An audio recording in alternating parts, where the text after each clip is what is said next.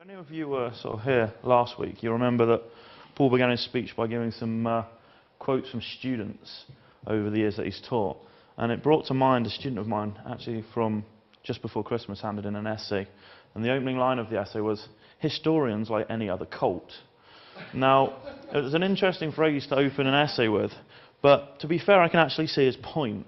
On occasion, it does feel like historians are a cult, and we all group together around our particular beliefs and our ideology, and it's very hard to change those beliefs and ideologies. So really what the aim of this paper, in one sense, is to sort of try and break down the idea that historians are a cult, and give a bit more of a balanced view on biblical history.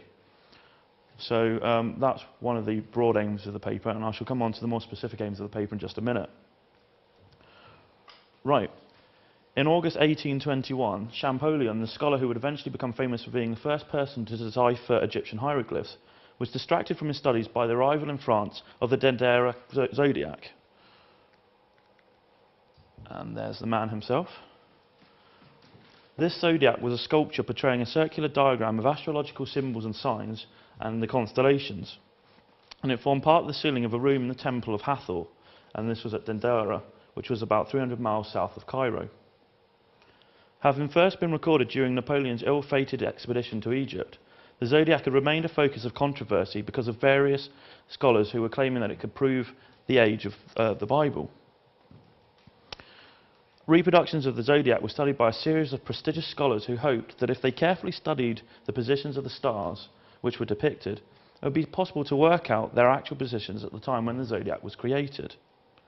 If this were the case, then calculating the dates when the stars were in these positions would provide clues as to the time frame when it was produced. Right, so I've got a picture of this, and that's the actual zodiac itself. Not particularly clear, so I've given you a drawing of it. And all of these are different zodiacs and different constellations. Scholars, having used this methodology, immediately began to argue amongst themselves as to whose dates were correct. The academic opposition, however, paled into insignificance against the protests of the Catholic Church. The Catholic Church watched on with interest, as essentially what these men were disputing was nothing less than the date for the creation of the world. On one side of the debate stood scholars such as Jomard, who were bold enough to suggest that the Dendera zodiac was many thousands of years old, perhaps as many as 15,000. This hypothesis stood in direct opposition to the accepted Christian belief, which deduced that the world was no older than 6,000 years. And it wasn't until the end of 1822 that Champollion had made enough advances in hieroglyphs that he was able to finally end the controversy. In the end, he concluded that the sculpture was far more recent than scholars had suggested, ultimately concluding the zodiac dated to the Greek or Roman period. Although this particular stumbling block had been overcome, the French scholars had unwittingly linked the study of Egypt with the search to prove biblical accuracy, and thus from this time onwards, Egyptology has been regarded as a window opening onto the biblical landscape. As a consequence, biblical scholars looked to Egypt and its abundance of texts to gain a clearer picture of contemporary events in Israel. Therefore, in 1837, you find Pope Gregory XVI founding an Egyptian museum in the Vatican, and he felt that if Catholics were aware of Egyptian history, they would increase their understanding of the Bible. In 1882, the British founded the Egyptian Exploration Fund, which still continues to this day, though under the changed name of the Egyptian Exploration Society, and one of whose main aims was to find archaeological evidence to prove the Bible. As a result of these various archaeological inquests, today's received wisdom attempts to cite the sojourn of the Israelites and the patriarch of Joseph in the 18th dynasty, which is roughly 1500 to 1200 BC, whilst Moses and the Exodus are placed in the 19th dynasty, which is around 1300 to about 11,000 BC. This neat chronological scheme has many supporters. These are amongst the academic community, theologians, and amongst the general public. In recent years, however, skepticism has arisen regarding the accuracy of Genesis, Exodus, and Joshua, while some scholars even suggest that later books such as Judges, Samuel, and early sections of Kings and Chronicles can no longer be trusted. Some scholars, even the occasional theologian, would prefer to treat the early books of the Bible as fiction. This is in part because their view that the books were written at a much later date by post-exile editors who had imprecise knowledge of the events they were describing. One of the leading authorities of all things biblical who subscribed to this theory was Professor Thomas L. Thompson of Copenhagen University. He published a book entitled The Early Histories of the Israelite People from the Written and Archaeological Record. And in this book he suggested that the Old Testament was a series of fictional stories written in the 2nd century BC. He therefore concluded that it would be a complete waste of time to try and prove the Bible through archaeology, and this is an approach he still stands by. His approach was popular and became known as the Copenhagen School of Exegesis. His conclusions were lent further support as there was a distinct lack of archaeological evidence to support any of the major events depicted in the Bible. However, as I will demonstrate in just a minute, this was not because the evidence didn't exist, but merely that historians and archaeologists were looking for it at the wrong time frame. Clearly at this moment, a philosophical divide had opened up between those who would accept the biblical narrative and those who entirely dismiss it as moralistic fiction. The polarisation of these two positions rapidly became an issue of blind faith versus scientific fact, with little room for a compromise. This stalemate continued until 1994 when David Roll, a PhD student at UCL in London, published a revised chronology for Egypt. This revised chronology sent shockwaves through the academic community. Although I don't really want to get bogged down today in complexities of different chronologies, I feel it's necessary to briefly outline my own position and why I feel it's the most accurate. As I've already stated, the chronology used in this paper differs substantially from all of those published previous to David Roll. Let me explain. Whereas we have a series of absolute dates from 763 BC onwards, and especially after the birth of Christ, from which we can accurately date many of the key historical events. Previous to these dates, historians and archaeologists have to turn detective in order to determine a chronology. So how do historians go about creating this pre-absolute date chronology? In answer, we must examine the way in which the ancient Egyptians recorded their own chronology. The Egyptians used a system of dating that assigned key events a date that corresponded to a specific year of a particular monarch's reign. Therefore, we know that the Battle of Kadesh took place in the 5th year of the reign of Ramesses the Great. But how do we assign the absolute date of 1275 BC? Well, to put it crudely, historians simply add up the reigning years of all the Egyptian rulers and work backwards from the time of Christ. And this has led scholars to believe that the Bible could not be considered as a historical source on account of none of the dates in the Bible actually corresponding with the dates worked out from the Egyptian king lists. However, as you've probably all worked out, this system relies heavily on the accuracy of the Egyptian king lists, and in particular our understanding of them. Now, already various scholars have interpreted the Egyptian king lists in different ways, and it's here that the conventional chronology falls down. What David Roll and his successor James has done is to point out the inaccuracies in these timelines and propose a redating of many of the key events. In both men's work, this has brought the Egyptian chronology in line with those dates presented in the Bible, and thus my paper tonight really has three main aims. The first is to investigate the historical accuracy of the Old Testament through an examination of the literary evidence for some of the key events. So, what other literary texts do we have which support the biblical narrative? My second aim is to use archaeological evidence from a variety of ancient cultures to examine the validity of the new chronologies for Egypt and Israel. And finally, I want to utilise new methods of research, such as astrological dating, to more fully explore the viability of such a radical change in the conventional dating system. So to begin with then, why do we need this new chronology? What's prompted this change? Well, the first reason we need the new chronology is that recent research has suggested that the Egyptian 21st and 22nd dynasties reigned concurrently rather than in succession. The conventional chronology, therefore, pushed earlier Egyptian dynasties back in time by up to 300 years, and this makes it, in my opinion, substantially wrong. With Egyptian records being used to date the biblical events and history in general, the dates given by biblical historians and archaeologists must therefore be substantially revised. It is interesting to note that one of the main criticisms of the Old Testament is that the dates it provides are over 200 years out. However, under the new chronology, the dates provided by the Bible correspond almost completely with the revised series of events. Right, secondly, radiocarbon dating from Egyptian excavations is seldom quoted. This is because they are considered to be suspect as they contradict the conventional chronology. Radiocarbon dating is a process that determines the decay rate of carbon elements in a particular substance, and is normally considered to be the most precise form of dating. However, the results of the carbon dating for Egyptian artefacts tend to disprove the conventional chronology, and thus they become ignored. Interestingly, however, these carbon dates do correspond exactly to the new chronology. Thirdly then, during the 19th century it was discovered that Egyptian dynastic sequences could be anchored in time by a papyrus document recording the helical rising of the star Sirius.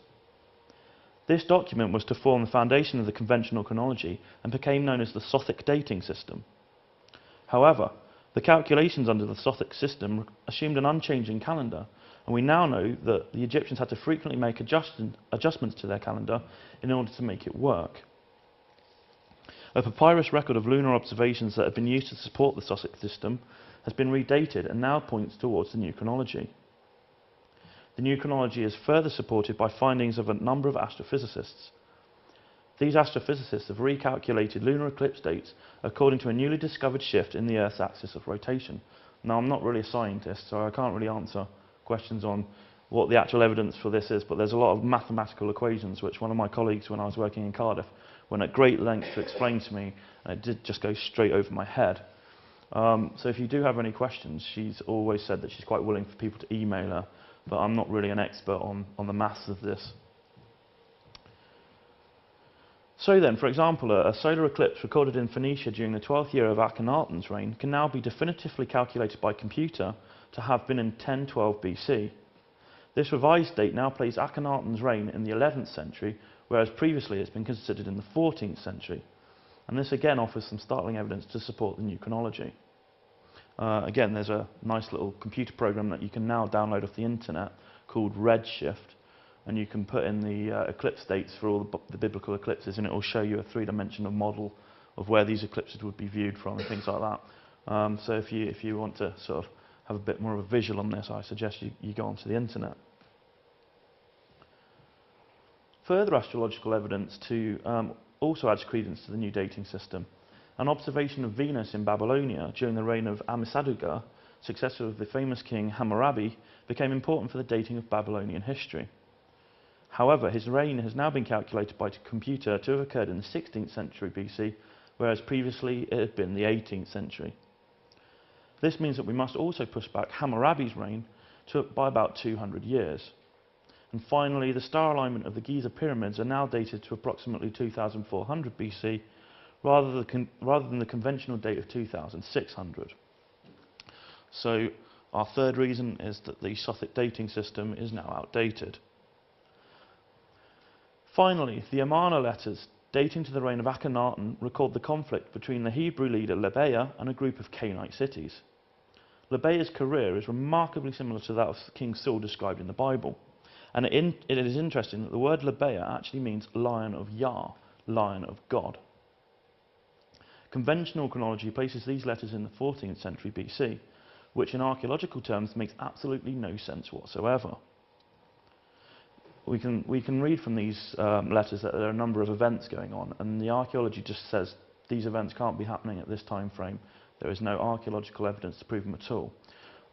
However, under the new chronology, these letters are placed in the 11th century BC, and as I'll go on to explain in greater detail later, this makes far greater sense. And this actually places Libeah in the right time for him to be Saul. And this again, as I said, makes a lot more historical sense. So the fourth reason I think we need a new chronology is the Amarna letters, and this is a vital piece of evidence. Right, so having identified some of the main reasons why the chronology needs revision, I'll now move on to examine how this new chronology can directly affect the perception we have for the historical accuracy of the Old Testament. And I want to begin with Joseph, or Joseph, Vizier of Egypt, or as you guys probably know him, Joseph in his Technicolor Dreamcoat.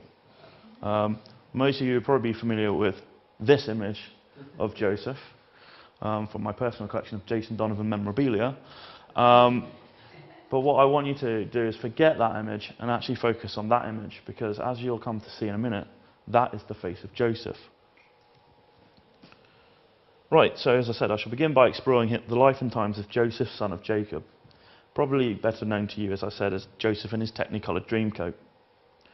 The biography of Joseph is perhaps the richest and most detailed that we have in the entire Old Testament. So what evidence do we have for this legendary overseer of Egypt? And how does the new chronology affect his position in history? Well, unfortunately for us and probably for Joseph, unlike the Bible, history has chosen to almost forget him. And until recently, archaeological evidence for his existence has been sparse and hotly debated. The new chronology, however, offers some tantalising pieces of evidence that have enabled historians to more confidently place Joseph in his rightful historical context. The first effect of the new chronology was to change the pharaoh who promoted Joseph to vizier. Now, secular historians prior to David Roll have subscribed to the conventional dating system claim Joseph served in Egypt during the turbulent years of the invading Hyksos dynasty. Proponents of this view argue that a Hyksos king is far more likely to install a Semite like Joseph into a position of fundamental power, rather than an Egyptian pharaoh who would see this as a sign of weakness. However, Christian followers of the conventional chronology placed Joseph during the reign of Amenemhet II, and neither group of scholars were able to produce any tangible evidence to support this placing. Thus, they found little archaeological evidence to back up their claims, and again, you go to a conference and you'll find them, rather than actually resorting to the evidence, resorting to personal insults. It's quite entertaining to watch on occasion. The new chronology, on the other hand, locates Joseph during the reign of Amenemhet III, and this moves his reign to about 147 years later than traditionally given. And this immediately presents some really startling information. Amenemhet III was the most powerful pharaoh of the Middle Kingdom and has been calculated as reigning for 47 years. According to the history of Genesis, Joseph's appointment was marked by 7 years of plenty, followed by 7 years of disastrous famine. The Israelites arrived and settled in Egypt during the second year of hardship. So, can we find any archaeological evidence to support either the years of plenty and famine, or to find the Israelites in Egypt? Well, the answer is a resounding yes. Under the new chronology, we have a remarkable amount of evidence dating to the time frame, and which demonstrates that there was a time of plenty followed by a severe famine. And this, in turn, seems to have caused a significant settlement of foreigners, including Israelites, in Egypt. So how can archaeology tell us all this? Well, in 1844, a German Egyptologist, Karl Lepsius, discovered in the narrow Smyrna Gorge a series of records for the flood levels dating to the 12th and early 13th dynasties. From this information, it was possible to piece together that from the third year of Amenemhet III's reign until the year of the 13th dynasty, the floods of the Nile were exceptionally high, averaging a peak height between 16 and 18 metres. However, during the 20th year of his reign, the peak flood increased greatly to around 21 metres. And these exceptionally high, sort of 21 metres and above flood levels were to continue for around 7 to 8 years. An American hydrologist, Barbara Bell, has calculated that the amount of water flowing into Egypt during the 12 peak years would have been 4 times greater than the quantity produced in a typical flood. The consequences would have been dramatic and devastating. The floodwaters would continue to have drowned the land well into December, preventing the planting of crops and hence causing a shortage in grain and barley. To add further credence to this hypothesis, we find the pharaoh, during his reign, beginning major hydraulic works in order to cut back on excessive flood levels.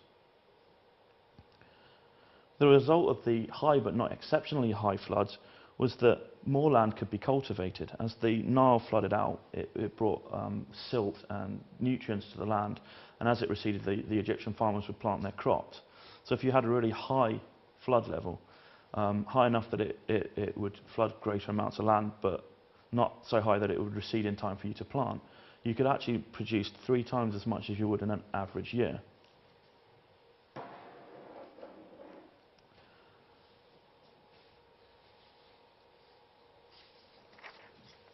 Right, so as well as evidence for the years of prosperity and famine, we also have a startling find of curse tablets which record the name Jacob, and which is more than likely to be the biblical Jacob. The more startling discovery is also of the non-Egyptian name of Joseph itself. So why is this a startling discovery? Well, curse tablets were small clay figurines or pieces of pottery which were destroyed in order to activate a negative spell against one's enemies. In the exceptional case that we have here, the Egyptian state had all the rulers of the Egyptian provinces listed on separate doles and smashed. The intention being was to unite the power of the provincial governors and destroy an external enemy. Unfortunately, we're not sure what the external enemy was, but it was quite a drastic action to take at this point. However, amongst these curse tablets are the name of Jacob and Joseph, who are ascribed to towns in Palestine. Although previous scholars have recognised instantly that these were the biblical names of Jacob and Joseph, they were prevented from making a more direct connection simply because the chronology was out of sync. Even if this name has no verifiable connection with the biblical Joseph, it is still an indication that the Israelite had moved into Egypt and that it was occurring substantially earlier than the conventional chronology suggests. Further evidence was discovered by Austrian archaeologists working at a dig site in Tel Ed-Dabba, just outside the ancient city of Avaris. They uncovered a large Egyptian-style palace which was attached to an ornamental garden. At the lowest archaeological levels of this palace, it was discovered that there were a much smaller villa which was of Syrian, not Egyptian origin. The tombs located in the garden contained Asiatic grave goods, confirming that the occupants were not themselves Egyptian. The original Syrian villa has been dated to the late 12th century, which under the new chronology is exactly the time when Jacob was arriving in Egypt. And it is likely that sometime following the death of his father Jacob, Joseph built the much grander palace and relocated his official residence to his family home, and this is what the archaeological evidence suggests. Although I haven't tonight got time to fully analyse the archaeology of this palace, there is one dramatic piece of evidence that supports the hypothesis. This evidence can be found within the tomb complex of the palace. In Exodus 13 verse 19, it is stated that Moses took the bones of Joseph with him when the Israelites departed from Avaris. So, if archaeologists were going to find the tomb of Joseph, it needed to display four main characteristics. Firstly, if the tomb was found intact in its archaeological context, then there should be clear evidence that the body had been removed in ancient times. But more importantly, this should be done without the grave goods having been plundered, something which we can normally identify by signs of vandalism. Secondly, the tomb is likely to have characteristics of an Egyptian tomb, given that Joseph's status was vizier, one of the highest ranks in Egyptian society. Thirdly, we should also expect to find indications of Joseph's Asiatic origins, not purely Egyptian. And finally, given his high status within the Egyptian hierarchy, the tomb is likely to be monumental and of a significant standing. In the spring of 1987, archaeologists began to uncover a very large tomb situated in the southernmost part of the palace gardens. The foundations of the superstructure measured 12 metres by 7, which is a considerable size and fulfills the fourth point on my list of prerequisites. From the base you could work out that there was a pyramid structure on top, and that's E. C is the entrance, B is the first floor, and then you go down to where the actual sarcophagi is, which is A. And the bottom one is just sort of looking top down. So the fact that the monument indicates that a mini pyramid had been constructed on the site again suggests that we're looking at the tomb of Joseph.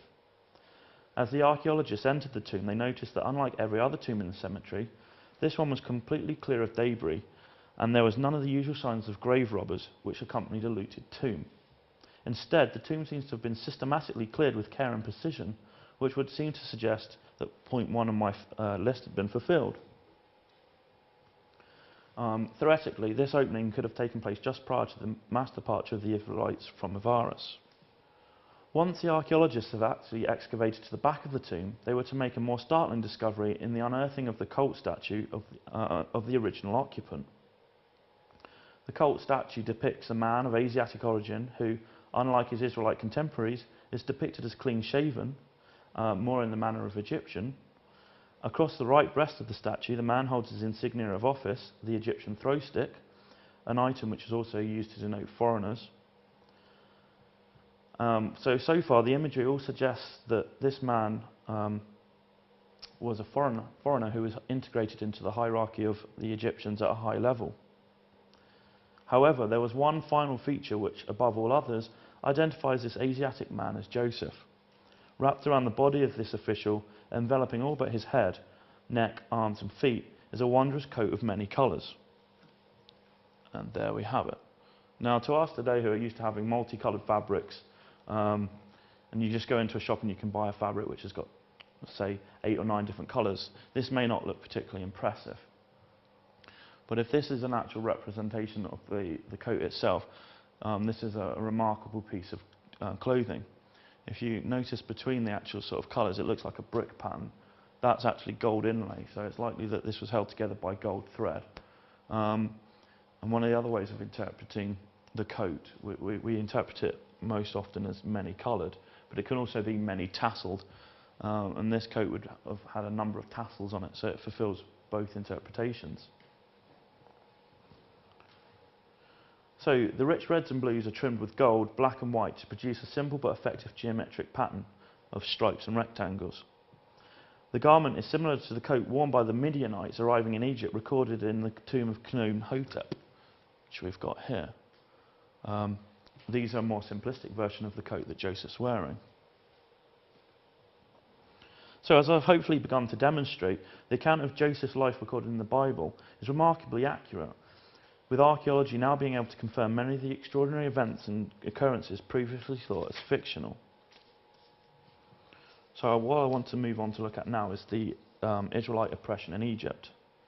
And so I now turn to the most controversial aspect of this paper, and any paper attempting to look at the chronology of the Bible, the Israelites' time in Egypt and the Exodus. There are still scholars today who suggest that the Israelites were never in Egypt, and that the whole story itself is a fabrication. And literally this journal has come out in January. It's actually quite a good journal. But it feels necessary to defend the idea that the Israelites were present in Egypt. And it presents some good evidence to prove that. So what evidence is there for the Israelites in Egypt? Well, there's tons of it, and I don't really want to go into too much of it. But on a basic level, here we have a group of Asiatic slaves depicted working in different farming contexts. So one of the things the Bible says is the Israelites were put to work on the land. This would seem to back that up. And the second one is the one that most people have heard of, the Israelites being put to work brick making. Here's a clear example of that. So there's no end of evidence to support the idea that the Israelites were in Egypt. So people that dispute that are basically clutching at straws. So 2 radically different dates have been proposed for the Exodus. The first date is given by the Bible of around 1447 BC, and which is generally followed by Christian scholars, whilst the other is somewhere between 1279 to 1213 BC, and which is promoted by secular advocates of the conventional chronology.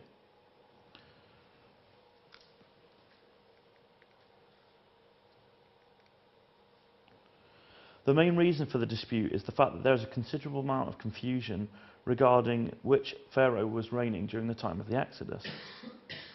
Secular historians have concluded that Ramesses II was pharaoh of Egypt, and it was his reign that the Israelites were forced to flee. So the previous historians have reached this conclusion from a number of flawed premises. Firstly, the Victorians who began the study of Egyptology were from a Judeo-Christian culture, and they were intrinsically drawn towards providing evidence to prove the biblical accuracy of the Old Testament, accuracy of the Old Testament at all costs. With Champollion's first decipherment of hieroglyphs, it was instantly obvious that one pharaoh dominated all others, and this was Ramesses II, otherwise known as Ramesses the Great. He was recognised as having built a large number of cities and temples in the Delta region, but significantly he founded a new capital called Pi-Ramses. Ramesses is also renowned for going into someone else's temple and carving his name on it. So not content with just building his own temples and monuments, if someone else has left the monument that he could find space to carve his name, he does so. So this has further confused historians who just think that everything in Egypt was at one point or another built by Ramesses. Right, so if we couple this idea that he founds the city of Pi-Ramesses with the evidence found in the first chapter of Exodus, where it's stated that the Israelites were forced to build the store cities of Pithom and Ramses, and thus it's easy to see why early scholars thought it was Ramesses II who enslaved the Israelites. However, there is a significant amount of other historical evidence presented in the Bible which undermines such a simplistic link. For example, according to 1 Kings 6 verses 1 to 2, the exodus from Egypt took place 480 years prior to the construction of the first temple of Jerusalem. We know that the building of the first temple was begun in the 4th year of Solomon's rule, but unfortunately we're still in confusion as to when Solomon actually reigned. Although Victorian scholars thought that Solomon reigned in the late 11th century, it's now generally recognised that Solomon began his reign in around 971 BC.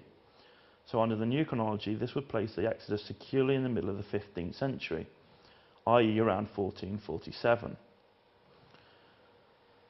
19th century Egyptologists had already worked out that Ramesses II's reign dated to 1279 BC, so there's a clear discrepancy between the biblical dates for the construction of the store city of Ramses and the Egyptian date for the building of Pi Ramses.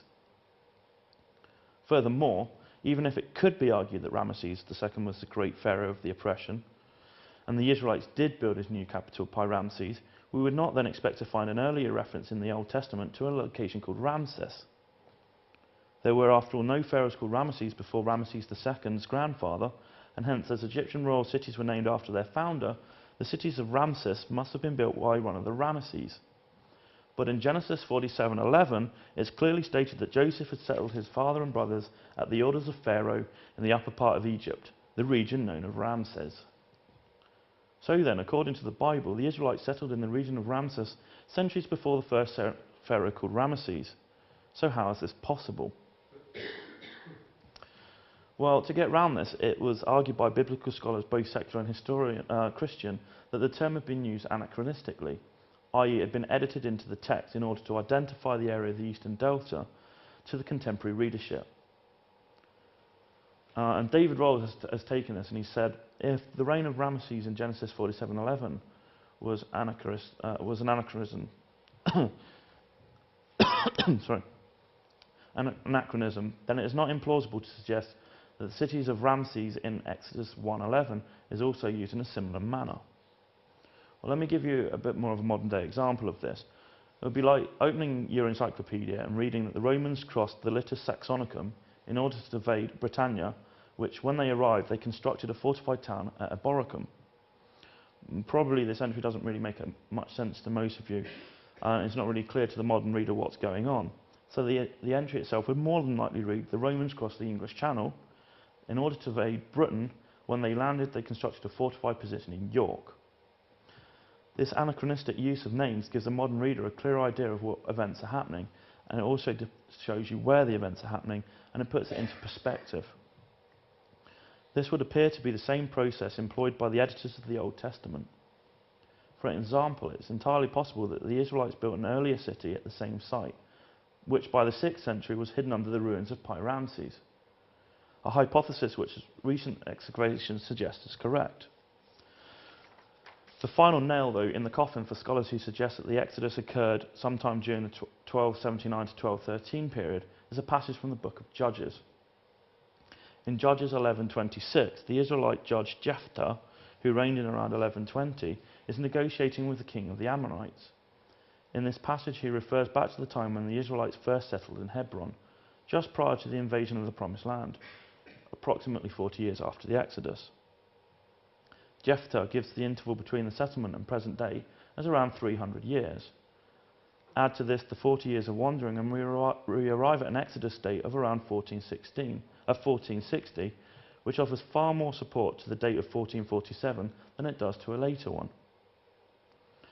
Unable to reasonably explain this discrepancy, biblical historians pushing for a later date have ignored the evidence.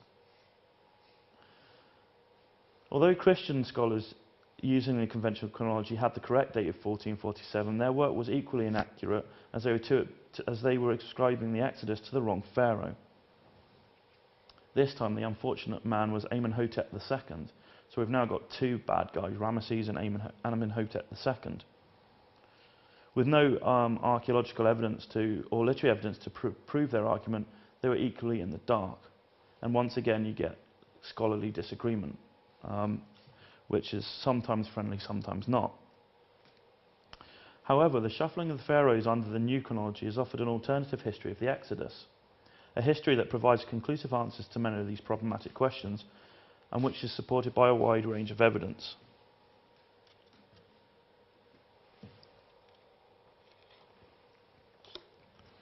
One of the first controversies that surround this period of biblical history is the length of the Israelite sojourn. In the Hebrew text, it is stated in the book of Exodus 12:40-41 that the sojourn, i.e. from the time of Jacob's arrival in Egypt until Moses' departure, was 430 years. However, it appears that a crucial element for our understanding of the chronology has been omitted from this text. In the Greek and Samaritan scriptures, it is suggested that the 430-year sojourn started with the departure from Abraham from northern Mesopotamia, not actually Jacob's arrival in Egypt, and it ended with Moses' departure for the Promised Land. Various passages in the book of Genesis enable us to calculate that the era from Abraham's arrival in Canaan to Jacob's arrival in Egypt was 215 years. Thus a further 215 years for the exile in Egypt. So we can again squeeze out a significant amount of time from the conventional chronology. So how does this shortening then of the sojourn and the shifting of the pharaohs under the new chronology affect the Exodus? And what evidence is there to support the dates that I'm suggesting? Well, after the death of Joseph in around 1617 BC, the political cohesion of Egypt started to disintegrate. Over the next 100 years or so, Egypt was to go through a series of civil wars and social revolutions. And this was to bring an unsettling effect to the whole region. During these turbulent years, the relationship between the Israelites and the Egyptians was to be severely strained, with the eventual outcome that the Egyptians enslaved the Israelite population as it's the easiest way to subdue them. Anthropological studies of the skeletal remains from Avaris, which date to the right time frame under the new chronology for the Israelite oppression in Egypt, demonstrate that the Israelite population developed serious health problems associated with poverty and malnourishment. Parasitic diseases such as anemia affected at least 1/3 of the population, whilst Harris lines in the long bones indicated that growth was stunted. Life expectancy dropped to around 32 years, roughly 29.7 years for women and 34.4 for men, and hence the archaeological evidence seems to suggest that the Israelites were being oppressed at this period.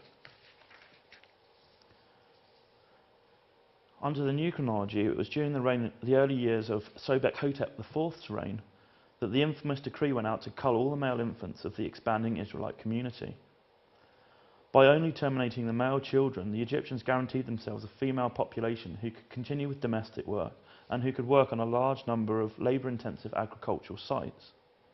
But this also meant that they could eliminate potential troublemakers. Again, the archaeological evidence provides chilling evidence for this massacre. Throughout the excavation sites, the graves of these infant victims have been uncovered. The normal number of infant graves unearthed in ancient settlements is roughly around 25%, but here the figure reached a staggering 65%. Further supporting evidence can be found in the excavated graves of the later adult population. In the subsequent period, archaeologists have found that there is a ratio of 5 females to every 3 males, and this again seems to confirm the biblical narrative. It was into this turbulent situation that Moses was to be born. Although I haven't got time to examine the whole of Moses' life and many events leading up to the Exodus, I do want to briefly examine the most symbolically significant, the death of the firstborn.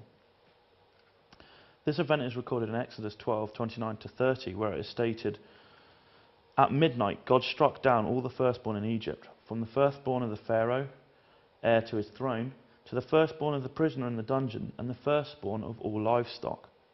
Pharaoh and all of his officials and all the Egyptians got up in the night, and there was great wailing in Egypt, for there was not a house without dead."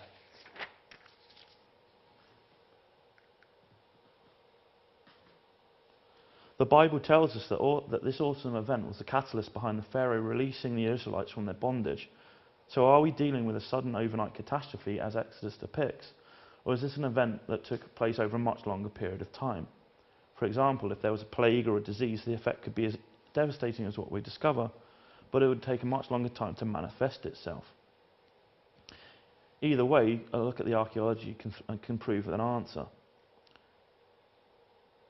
So, with our redating of the Exodus, we must look towards the 13th dynasty sites to provide the answer. Sadly, the only major site that thus far has been excavated is Avaris itself, but is there any evidence here to support the idea? Well, the answer, as you've probably guessed already, is a qualified yes. All over the city at the archaeological level for the 13th century, we find burial pits into which the victims of some terrible disaster had been thrown. This was not careful interment of the deceased, as the bodies were not arranged and no grave goods were provided, and the burial seemed to have been done in haste. Now, one of the first things people know about Egypt is the idea of the tombs of the pharaohs and the pyramids. The Egyptians were very careful with their burial. In order to enter the afterlife, certain conditions had to be met, certain traditions and certain rituals had to be carried out. None of those have been carried out on these dead. So what seems to be going on is that there's a vast number of people dying, which has prevented the actual rituals from being taken and carried out. And you just get heaps of bodies in one pit. So what I would interpret this evidence as is the death of the firstborn.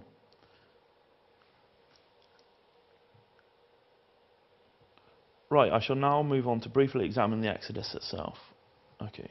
The Exodus is perhaps the hardest biblical account to prove archaeologically. Surveys of the desert have failed to produce any clear signs that the Israelites have passed through. We have no evidence for large-scale camps, and many scholars have suggested this is because the account is actually fictitious. It is true little pottery has been found, but this is to be expected, as in order to manufacture ceramic vessels you require water, soil, kilns and clay. A nomadic population simply does not have the facilities for such things.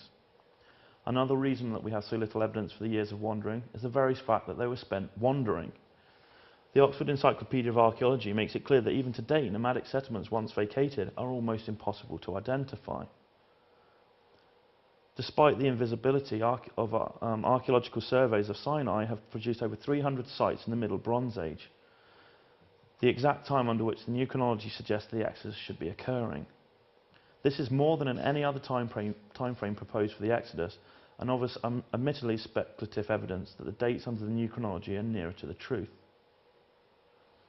As well as the archaeological material, we can also be confident in the new dates on account of the work undertaken by an American astrophysicist, Wayne Mitchell, who, as I suggested earlier, has managed, using ancient observations of the planet Venus, to pinpoint the first year of the reign of the Babylonian king Ammusagdugar. Using this definitive pinpoint, Mitchell was able to identify the extremely rare double eclipse of February 25th and March 12th, 1362. This in turn helped to offer other definitive dates for key events in Babylonian history. Having completed his cross-cultural analysis, Mitchell tested his finds on the chronology of Egypt and Israel, and discovered that it fitted almost perfectly with the archaeological picture being developed by David Roll. There is a large volume of evidence from a variety of cultures that support this redating from the Babylonian star charts. There is in fact so much evidence that it's impractical for me to detail it here, but if anyone's interested I can email them the evidence afterwards. Right, so I shall now move on to look at Joshua and Jericho. With the death of Moses, one of the most highly respected generals, Joshua was to take command over the Israelite people. The story of Joshua's destruction of Jericho remains one of the most powerful biblical legends, yet archaeologists investigating the site have produced no firm evidence to confirm that a city even existed at the end of the Late Bronze Age, as would be required under the conventional chronology. The conventional chronology places the arrival of the Israelites in Canaan at the very end of the Bronze Age on the basis that Ramesses II was the pharaoh of the Exodus, a myth that I've already dispelled. On account of this fact, it was expected that the destruction of the Israelite conquest would be revealed where such sites as Jericho were excavated. However, as various archaeological digs were undertaken, it became clear that none of the cities which the Bible claimed were captured or burnt by Joshua were done during this time frame, and most continued to flourish without signs of violent assault. As a result, Joseph's conquest was written off as just another biblical myth. If there was no Jericho for the Israelites to destroy, then it was reasoned that perhaps there was no Joshua either. Some scholars went as far as to suggest that there was no invasion, and concluded that the Israelites were merely part of the indigenous population. The biblical narrative that contradicted this evolutionary view was simply ignored. Under the new chronology, however, the conquest of Canaan would now be dated to the last phases of the Middle Bronze Age. And if we examine the archaeological record for this time frame, we discover that all the cities that Joshua allegedly stormed were indeed in ruin. Joshua's invasion of the Promised Land did not take place at the end of the Bronze Age, as has previously been believed, but instead took place in the Middle Bronze Age, and this can be proved unambiguously through archaeology. Under the new chronology, all of the cities listed in the Joshua narrative as being destroyed were in ruins, whereas 6 out of the 16 can be identified in the conventional chronology. So, having conquered Jericho, Joshua was faced with pacifying the surrounding regions. The elders of the town of Gibeon sent a peace delegation to Joshua and offered him unconditional surrender if he would accept them as his allies. Joshua agreed to the petition and also consented to leave the city unharmed. However, the rulers of Jerusalem, Hebron, Jarmuth, Lachish and Eglon formed a coalition and besieged Gibeon. Joshua found himself in an impossible situation. He was now obligated by oath to protect his new allies, and he had to send a relieving army and join battle. And this he did on the 13th of July, 1406. Having defeated the coalition army in pitched battle, Joshua was forced to watch as a large number of the enemy fled back towards their fortified cities. Joshua knew that if this rout was to be allowed and was to proceed unchecked, he would have to lay siege to all of the 5 cities, something he simply couldn't afford to do. He therefore faced a serious problem. Already over half the day was gone, and it would be impossible for him to destroy the fleeing troops at night. The Bible therefore tells us that he shouts out to God, begging him to stop the progress of the sun, and thus give him the light that he needed to totally destroy his enemy. God is recorded as answering his prayers, and Joshua was able to use the extended daylight hours to wipe out his foes. So, is there any evidence to substantiate this biblical story? And again, as you've probably already guessed, yes, there is. Firstly, we've got the Greek historian Herodotus, who's fairly close to my heart. He tells us that he saw the records in Egypt which detailed an exceptionally long day. Secondly, there are 6 independent accounts which record in their histories an exceptionally long day at the same time as Joshua's. The most clear is the Indian Hindu account, which says, and I quote, "In the life of Krishnu, the sun delayed setting in order to hear the pious ejaculations of Akron." This delay that was recorded was 12 hours, and the date of this mysterious long day, well, around 1400 BC. And this would seem to correspond precisely with that of Joshua's. Professor Totten and Mulder, both astrophysicists, have examined the astrological events described in the Bible, and they provide the next piece of evidence. Both men concluded that Joshua's location at the time of the event, i.e. the Valley of Edgelon, was the only place where the biblical description of the position of the sun and moon would have held true. They also concluded that the only date when this would be possible would be roughly July 1400 BC, and this would thus seem to confirm the biblical accounts. At the start of the winter of 1405, having subdued these foes, Joshua called a great assembly at Shechem. And he did this in the compound where Abraham had rested under an oak tree and where Isaac had built a shrine. Here Joshua erected a large white limestone slab of rock, around which the elders were gathered and swore an oath to follow God whatever his demands. With the ceremony complete, Joshua demanded the reburial of Joseph's bones that had been brought to Egypt. Both the convent stone and Joseph's second burial site have been described has been found in the archaeological context. Now, for someone that doesn't exist, this is quite a permanent record. And again, although this is easily identifiable as the covenant stone, some archaeologists just ignore this evidence and just overlook it completely. So once again, I'd like to propose that the details of this region would support the biblical account. Right, so finally then I shall just skip forward in time 430 years after the Exodus and look at the time when the scattered tribes of the Israelites were looking for a new king. With the flourishing of neighbourhood kingdoms on their borders, and most of this being down to the fact that they were allied with Egypt, the Israelites looked for a way to join in this network of alliances. The Israeli Council of Elders realised that in order to become politically visible, they needed a king, and thus they summoned the prophet Samuel. Samuel was thus sent out to find a natural leader to become the first king of Israel. In 1012 BC, Samuel was staying with the tribe of Benjamin and was on his way to offer a sacrifice at the town of Ramah when he met a group of men. These men were Lebeah and his servants who were returning from searching for donkeys that had strayed from his father's land. Samuel instantly recognized him as the king he had been searching for, and in a secret ceremony anoints Lebeah as prince-in-waiting. As many of you have probably guessed, Lebeah is the biblical Saul. So why have I been using his legendary name rather than the one given in the Bible? Well, my reasoning for this is that many biblical scholars who dispute the accuracy of the Bible point towards Saul as being one of their primary examples of the creation of events that never occurred. They argue that the archaeological record has no evidence to support the existence of a king named Saul at any point, and thus they doubt he even existed. I and other scholars who subscribe to the new chronology would argue that the reason they have been unable to find Saul is that they were looking in the wrong time frame. Also, I'd suggest that they were looking for the wrong person. Scholars have been looking for Saul when in fact he's using his name Lebeah.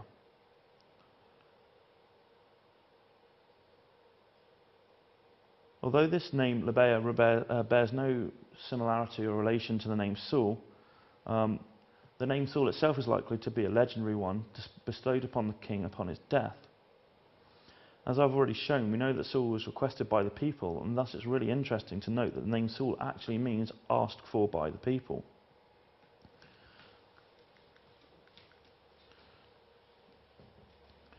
This practice of giving names to famous rulers based on the unique events from their reign is far from uncommon.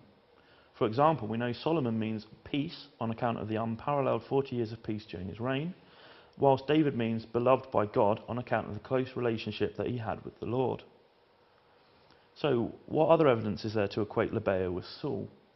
Well, under the new chronology, the rise of the Israelite monarchy is contemporary with the Amarna period, and you've probably all heard of the Amarna period due to the famous son Tutankhamun. This has some serious ramifications. Firstly, it means that the Israelite rise to prominence was contemporary with the heretical king Akhenaten, which in turn means we can now use 380 tablets known as the Amarna letters. The Amarna letters are a remarkable set of documents which record correspondences between the Egyptian pharaoh and the various cities and city-state rulers on the great king's northern empire. Therefore we find letters to Turkey, Cyprus, Babylonia, Assyria, and finally to Lebeah, king of the Israelites.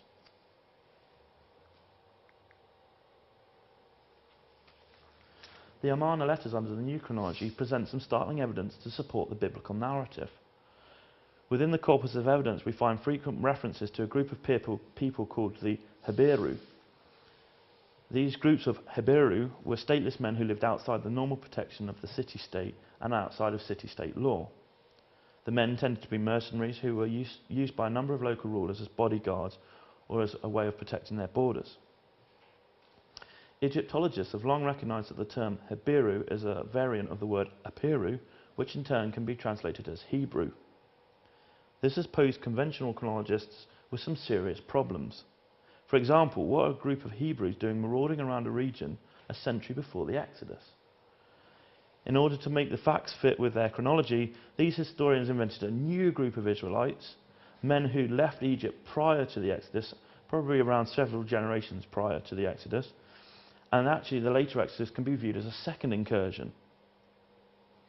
This, however, seems to me and to my peers as wholly unsatisfactory, and especially when the new chronology can offer some really, really interesting finds. Under the new system of dating, this is the exact time frame when we expect to find groups of Hebrews becoming identifiable within the region. These Hebrews are the groups of David's men who broke away from the Israelite court when Saul's rule lost favour with God. Eminent biblical scholars such as Greenberg, Mendenhall and MacArthur all commented on how similar these groups were to the war bands of David. However, because of their rigid beliefs in the conventional chronology, they couldn't have David raging across Palestine in the last decade of the 11th century, whereas now the Amarna letters say that he was doing it in the 14th century. So, whereas these scholars couldn't see that these groups were David, we can. The Amarna letters can also be used to prove that the general political topography of the Levant region in this period closely corresponds with that described in the second book of Samuel. So, having identified Lebaia, a so-called king of the Israelites, in the Amarna letters, I'll now briefly demonstrate the evidence and reasons why I feel this is the biblical Saul. To start with, it is interesting to note that Psalm 57, King Saul's bodyguard, is described as Lebaim, a word that's unique to the Old Testament, and this translates as the Great Lion. In 1953, a group of bronze-tipped arrows were excavated in the town of El Kadir near Bethlehem, with some of these arrows containing the inscription, "Arrow of the Servant of the Great Lioness." Professor Benjamin Mazar proposes that the men who once owned these arrows had formed a professional unit of archers in the service of Saul. We can therefore see a connection between a king called the Great Lion, a royal bodyguard called the Great Lions, and a unit of archers who were described as servants of the Great Lioness. This interpretation of Saul adds a whole new meaning to Psalms 57.4, where David describes Saul's men as he hides from them in the caves of En-Gedi. And the passage reads, "I lie surrounded by lions, greedy for human prey. Their teeth are spears and arrows, their tongues as sharp as swords." This, therefore, could be a clue to Saul's real identity. When we take a closer look at the Lion Man, as revealed in the Amarna letters, we discover a number of remarkable similarities between him and the biblical Saul. To begin with, the general political situation in Palestine at the time of Lebaia is much the same as that described in the Bible for Saul, and we also find that Lebaia's hometown is captured in a sudden attack by the Philistines, and this is done whilst the Lion King is away fighting on another tribe. This hometown is described as having a sacred site which served to glorify the one true God and which was occupied along with the town. When we compare this to the little we know about Saul's hometown, the parallels are immediately obvious. In 1 Samuel verse 11, we are told that Saul is away fighting the Ammonites when the Philistines seize the opportunity to capture Michmash and Geba. While in 1 Samuel 10 we find that close to Saul's house is a sacred site where he will be anointed by Samuel as king of the Israelites. Previous archaeological studies of the region, when examined in light of the new chronology, argue very persuasively for the account of the Bible.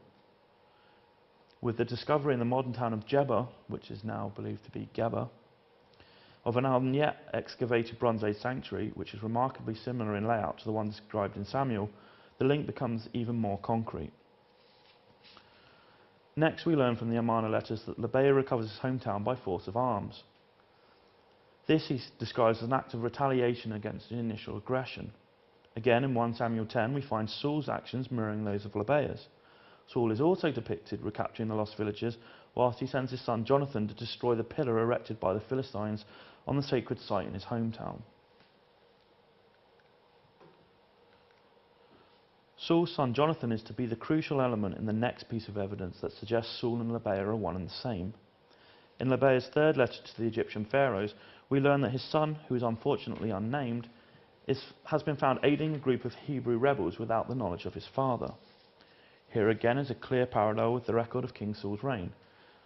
In 1 Samuel 20, verses 30 to 31, Saul accuses Jonathan of a secret association with the rebel King David. This close friendship between David and Jonathan is well known, and David is perhaps the clearest example of a Hebrew rebel leader one could ask for. The death of Lebaia also presents striking evidence to support the hypothesis that he is the biblical Saul. The biblical account of the death of Saul reveals that he took his own life to avoid capture after a crushing defeat at the hands of a Philistine confederacy. In order to avoid being massacred by the Philistine chariots, Saul sensibly withdraws his army to the heights of Gilboa. In spite of the disadvantages, the Philistines continue their pursuit and use their superior numbers to overrun the Israelites. 1 Samuel 31 details the defeat and death of Saul, and although he never directly states it, King David hints in 2 Samuel verses 19 to 27 that the defeats were brought about through treachery. So, were Saul and the Israelites betrayed in some way by their allies? The Bible does not give us any clear answers to this question, but the Amarna letters do. Following the death of Lebaia at the hands of a confederacy of western city-states, his surviving son sends a letter to one of their friends urging them to wage war on a previous ally, Gina. The reasons they give for this request is that they wish to gain revenge for the role Gina played in the death of their king. So, in what ways could the men of Gina have betrayed Saul so as to be listed as a direct cause of his death? Through a study of the topography of the region, it becomes clear. Saul established his battle line across the north and western face of the heights where the slopes were steepest and where chariots were prevented from ascending. However, the southern slopes behind him were far gentler. This vulnerable spot seems to have been defended by a contingent from Gina. By abandoning their positions to the Philistines, the men of Gina had effectively made it possible for the Israelites to be outflanked, and this gave the Philistines a surprise assault on the rear of Saul's position. With the information from the Amarna letters, it is possible to fully understand and appreciate David's poetic reference to the treacherous fields. The death of Saul was to herald the beginning of David's rise to power and his kingship over the splintered Israelite nation. Finally then, this is also one of the crucial astronomical anchor points in the new chronology. I once again briefly return to the work of American astrophysicist Wayne Mitchell and his scientific investigations. The results of his investigations in relation to the Amarna period were once more to act as confirmation for the newly revised dates. The dating centres around a small clay tablet that has been unearthed at a royal palace in Ugarit, located on the northern coast of Syria. And we have that there. This is written in cuneiform, so those little triangles and lines are actually a language. The tablet had been baked hard on account of a fire that had destroyed the palace, a fire that is also recorded in one of the Amarna letters, and it dates to the 12th year of Akhenaten's reign. The text of this tablet referred to a number of astrological events, the most important of which was a total eclipse of the sun, and this occurred in April-May, just as it was setting. Wayne Mitchell's research indicated that the only total eclipse of the sun that occurred in the lunar month of April or May was and that was dated to the period 1400 to 1000 BC, is the one which took place at 6:30 on the 9th of May on 10:12, with the sunset being at 6:40.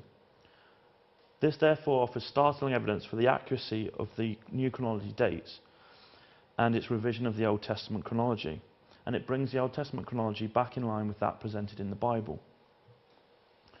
The Journal of Ancient Chronology Forum, established a few years ago by David Roll, continues to present articles by astrophysicists, historians and archaeologists that add further supporting evidence to this revised timeline. So in conclusion then, what I hope this paper has started to show is that there's an urgent need to revise the dating systems of ancient Egypt and Israel.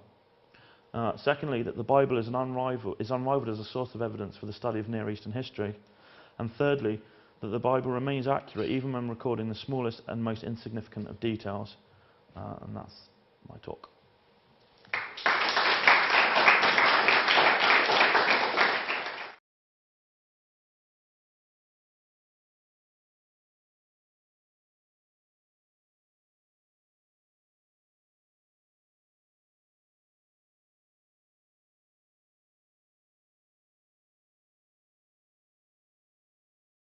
If any of you were sort of here last week, you remember that Paul began his speech by giving some quotes from students over the years that he's taught.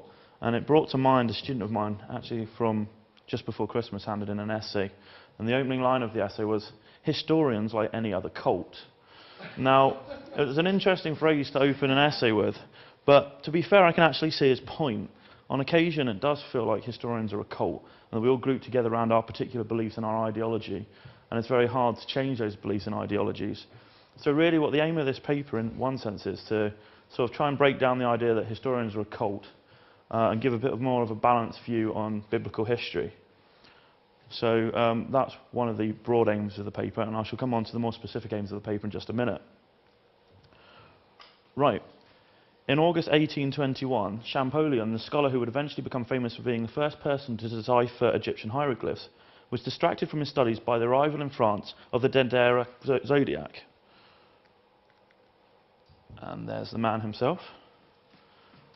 This zodiac was a sculpture portraying a circular diagram of astrological symbols and signs and the constellations. And it formed part of the ceiling of a room in the temple of Hathor, and this was at Dendera, which was about 300 miles south of Cairo. Having first been recorded during Napoleon's ill-fated expedition to Egypt, The zodiac had remained a focus of controversy because of various scholars who were claiming that it could prove the age of the Bible. Reproductions of the zodiac were studied by a series of prestigious scholars who hoped that if they carefully studied the positions of the stars which were depicted, it would be possible to work out their actual positions at the time when the zodiac was created. If this were the case, then calculating the dates when the stars were in these positions would provide clues as to the time frame when it was produced. Right, so I've got a picture of this, and that's the actual zodiac. Published a revised chronology for Egypt. This revised chronology sent shockwaves through the academic community. Although I don't really want to get bogged down today in complexities of different chronologies, I feel it's necessary to briefly outline my own position and why I feel it's the most accurate. As I've already stated, the chronology used in this paper differs substantially from all of those published previous to David Roll. Let me explain. Whereas we have a series of absolute dates from 763 BC onwards, and especially after the birth of Christ, from which we can accurately date many of the key historical events. Previous to these dates, historians and archaeologists have to turn detective in order to determine a chronology. So how do historians go about creating this pre-absolute date chronology? In answer, we must examine the way in which the ancient Egyptians recorded their own chronology. The Egyptians used a system of dating that assigned key events a date that corresponded to a specific year of a particular monarch's reign. Therefore, we know that the Battle of Kadesh took place in the 5th year of the reign of Ramesses the Great. But how do we assign the absolute date of 1275 BC? Well, to put it crudely, historians simply add up the reigning years of all the Egyptian rulers and work backwards from the time of Christ. And this has led scholars to believe that the Bible could not be considered as a historical source on account of none of the dates in the Bible actually corresponding with the dates worked out from the Egyptian king lists. However, as you've probably all worked out, this system relies heavily on the accuracy of the Egyptian king lists, and in particular our understanding of them. Now, already various scholars have interpreted the Egyptian king lists in different ways, and it's here that the conventional chronology falls down. What David Roll and his successor James has done is to point out the inaccuracies in these timelines and propose a redating of many of the key events. In both men's work, this has brought the Egyptian chronology in line with those dates presented in the Bible. And thus, my paper tonight really has three main aims. The first is to investigate the historical accuracy of the Old Testament through an examination of the literary evidence for some of the key events. So, what other literary texts do we have which support the biblical narrative? My second aim is to use archaeological evidence from a variety of ancient cultures to examine the validity of the new chronologies for Egypt and Israel. And finally, I want to utilise new methods of research, such as astrological dating, to more fully explore the viability of such a radical change in the conventional dating system. So to begin with then, why do we need this new chronology? What's prompted this change? Well, the first reason we need the new chronology is that recent research has suggested that the Egyptian 21st and 22nd dynasties reigned concurrently rather than in succession. The conventional chronology, therefore, pushed earlier Egyptian dynasties back in time by up to 300 years, and this makes it, in my opinion, substantially wrong. With Egyptian records being used to date the biblical events and history in general, the dates given by biblical historians and archaeologists must therefore be substantially revised. It is interesting to note that one of the main criticisms of the Old Testament is that the dates it provides are over 200 years out. However, under the new chronology, the dates provided by the Bible correspond almost completely with the revised series of events. Right, secondly, radiocarbon dating from Egyptian excavations is seldom quoted. This is because they are considered to be suspect as they contradict the conventional chronology.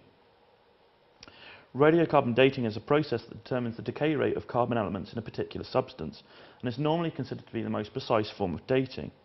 However, the results of the carbon dating for Egyptian artefacts tend to disprove the conventional chronology, and thus they become ignored. Interestingly, however, these carbon dates do correspond exactly to the new chronology. Thirdly then, during the 19th century it was discovered that Egyptian dynastic sequences could be anchored in time by a papyrus document recording the heliacal rising of the star Sirius. This document was to form the foundation of the conventional chronology and became known as the Sothic dating system.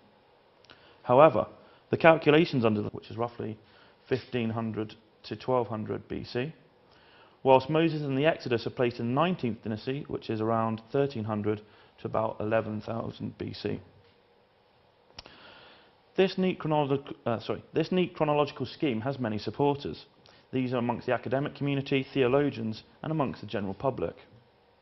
In recent years, however, scepticism has arisen regarding the accuracy of Genesis, Exodus, and Joshua, while some scholars even suggest that later books such as Judges, Samuel, and early sections of Kings and Chronicles can no longer be trusted. Some scholars, even the occasional theologian, would prefer to treat the early books of the Bible as fiction. This is in part because their view that the books were written at a much later date by post-exile editors who had imprecise knowledge of the events they were describing. One of the leading authorities of all things biblical who subscribed to this theory was Professor Thomas L. Thompson of Copenhagen University. He published a book entitled The Early Histories of the Israelite People from the Written and Archaeological Record. And in this book he suggested that the Old Testament was a series of fictional stories written in the 2nd century BC. He therefore concluded that it would be a complete waste of time to try and prove the Bible through archaeology, and this is an approach he still stands by. His approach was popular and became known as the Copenhagen School of Exegesis. His conclusions were lent further support as there was a distinct lack of archaeological evidence to support any of the major events depicted in the Bible. However, as I will demonstrate in just a minute, this was not because the evidence didn't exist, but merely that historians and archaeologists were looking for it at the wrong time frame. Clearly at this moment a philosophical divide had opened up between those who would accept the biblical narrative and those who entirely dismiss it as moralistic fiction. The polarisation of these two positions rapidly became an issue of blind faith versus scientific fact, with little room for a compromise. This stalemate continued until 1994 when David Roll, a PhD student at UCL in London itself, not particularly clear, so I've given you a drawing of it, and all of these are different zodiacs and different constellations. Scholars, having used this methodology, immediately began to argue amongst themselves as to whose dates were correct. The academic opposition, however, paled into insignificance against the protests of the Catholic Church. And the Catholic Church watched on with interest, as essentially what these men were disputing was nothing less than the date for the creation of the world. On one side of the debate stood scholars such as Jomard, who were bold enough to suggest that the Dendera zodiac was many thousands of years old, perhaps as many as 15,000. This hypothesis stood in direct opposition to the accepted Christian belief, which deduced that the world was no older than 6,000 years. And it wasn't until the end of 1822 that Champollion had made enough advances in his hieroglyphs that he was able to finally end the controversy. In the end, he concluded that the sculpture was far more recent than scholars had suggested, ultimately concluding the zodiac dated to the Greek or Roman period. Although this particular stumbling block had been overcome, the French scholars had unwittingly linked the study of Egypt with the search to prove biblical accuracy, and thus from this time onwards, Egyptology has been regarded as a window opening onto the biblical landscape. As a consequence, biblical scholars looked to Egypt and its abundance of texts to gain a clearer picture of contemporary events in Israel. Therefore, in 1837, you find Pope Gregory XVI founding an Egyptian museum in the Vatican, and he felt that if Catholics were aware of Egyptian history, they would increase their understanding of the Bible. In 1882, the British founded the Egyptian Exploration Fund, which still continues to this day, though under the changed name of the Egyptian Exploration Society, and one of whose main aims was to find archaeological evidence to prove the Bible. As a result of these various archaeological inquests, today's received wisdom attempts to cite the sojourn of the Israelites and the patriarch of Joseph in the 18th dynasty